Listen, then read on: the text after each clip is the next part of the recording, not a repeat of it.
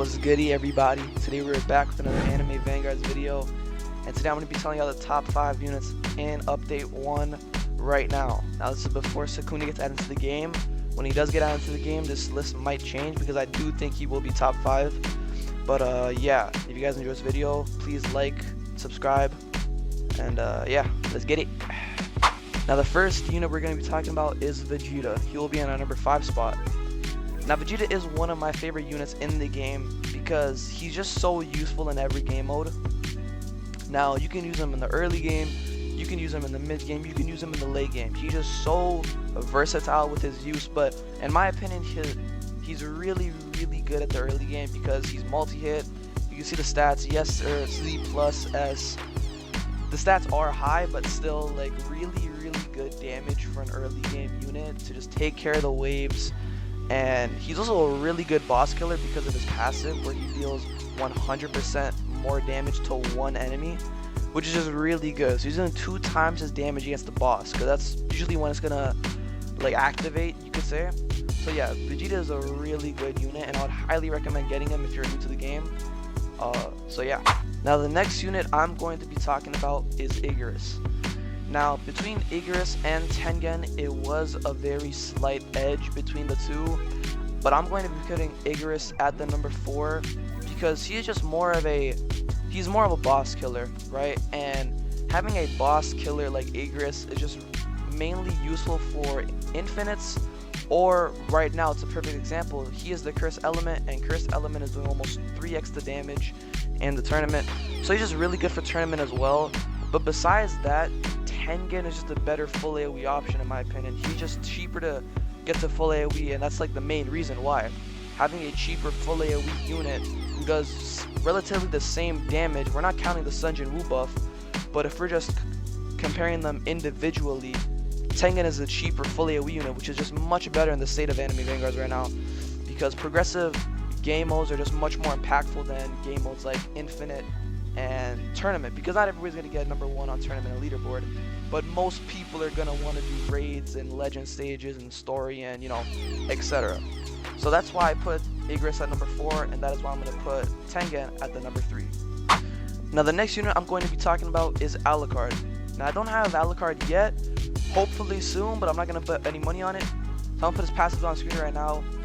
Algar is just a really good unit all around, right? He may not do as much damage as Icarus or Tengen, but that's what separates Alucard and those two, because Tengen and Icarus are just main damage dealers, right? They don't have any other use besides that. But Alucard is a crazy overall unit because he's really good early game. He gets full AoE really quick while having bleed. He's a really good endgame unit because he keeps that full AoE, does even more damage, continues to bleed, and summons. But then he's also a crazy support because he does a debuff called Wounded, where he inflicts it on an enemy and they take 20% more damage, which is absolutely busted, right? The devs made this unit to be just crazy at any stage of the game as they progress, right? Alucard's always going to be on the banner, as the devs confirmed. He's never going to get taken off or switched by another unit. So they made him in a way where he will most likely never get power crept because of his, I'm guessing, his support capabilities, right? Having a 20% debuff on the enemy is crazy no matter what stage of the game it's in. So yeah, Alucard, I'm putting him at number 2 because of the sheer fact that he does everything. Now for the number 1 spots, you might have seen him in my 200-year-old video, as he was my first unit to get Monarch on, and it's none other than the strongest sorcerer of today, Gojo. Gojo with Monarch. Now I might be a little biased here.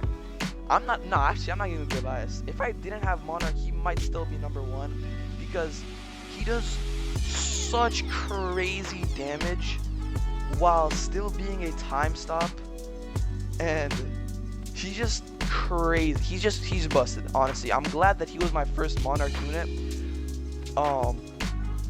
He does crazy damage with, I'm going based off of Monarch, right? I don't know what stats with no Monarch is probably still crazy compared to other non-Monarch units, but if I'm talking about Monarch right now, he would be doing without the ability buff, right? Because when he pops his ability, he gains 50% more damage for I think a 1 max purple, so I'm not going to count that. But without that, he's using around 160 million every 9 seconds with Monarch. And as you can see my stats, they're all Z+.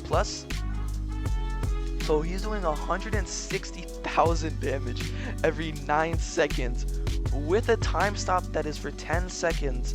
And whilst having that time stop, he gets one move where he does 50% of his damage, which has almost 240,000 damage. And remember, he's full AoE. So it's like, he's a crazy support because of his time stop, and he's an ultimate damage dealer. His DPS is crazy right now, and I hope they don't nerf him, even though I feel like he will get a nerf. But then again, when I look at Gojo right now, in my head I'm like, what is Sukuna gonna be like? Because I think Sukuna is gonna be a meta bleed and burn, because I think he's gonna switch between those two or have both. But yeah, Gojo without a doubt is the best unit in the game. Even not having Monarch, he's still the best unit in the game. And he also does have his element where he does gain 10% more damage on placement, so it is much more than this. And his passive, yeah, he basically gets 30% more damage on placement, so 10k is like 30k. So he's just cracked. He's honestly cracked. If you're at like a mid to late game stage where you're comfortable getting the Essence Stones and grinding Shibuya Station Infinite, get Gojo immediately. Don't get Toji first. If we're talking about first, get Gojo. Don't get Jogo, don't get Choso. Get Gojo Evo as soon as possible because he is crazy. He will help you in everything, I'm not gonna lie. And once tournaments come out for his elements, he's gonna be so broken, I can't even, oh, I can't wait. Ooh, I can't wait. But yeah, he is the #1 unit in anime Vanguards right now. Then again, Sukuna's not in the game yet. But if we're talking about the only thing that we've seen of Sukuna, you remember his domain expansion where he would gain a 300% damage boost, right? That's his domain. So I don't even know what his domain is gonna do. It's probably gonna be like a crazy nuke, but a 300% damage boost is nothing to laugh about. I mean, I am laughing because it's ridiculous, but still, right? So once he comes out, we'll see who is better, Gojo or Sukuna. But until then, Gojo is the #1 unit in the game in my opinion. Now that is my top 5 list of the best units in anime Vanguards right now. And yeah, if you guys enjoyed this video, please like up the vid, sub up if you're new. And I'm gonna be trying to make videos every day, or if not every other day, because I'm trying to grow this channel. And it would really mean a lot if y'all could show your support. So yeah, I'm gonna see y'all next time.